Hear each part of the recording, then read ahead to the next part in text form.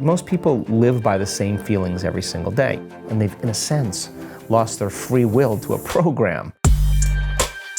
Every time we think about that trauma, we're producing the same chemistry in the brain and body as if it was happening again.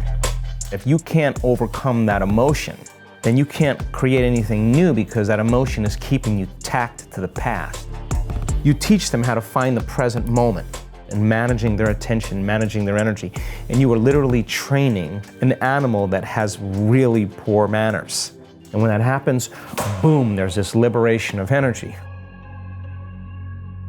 I was just wondering how you try to teach your ideas to a younger audience. Children that we invest in, I mean, those are the seeds of our future.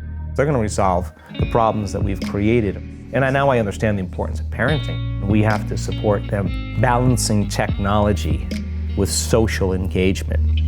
Is that a big problem you're seeing, or is that just something that we assume as parents or older people, that kids are addicted to their phones? Oh no, it is an absolute problem. Say a gaming situation example, you blow someone up, you shoot someone, you beat somebody up, you break through another level. There's a tremendous release of dopamine in the brain. Dopamine is the pleasure chemical.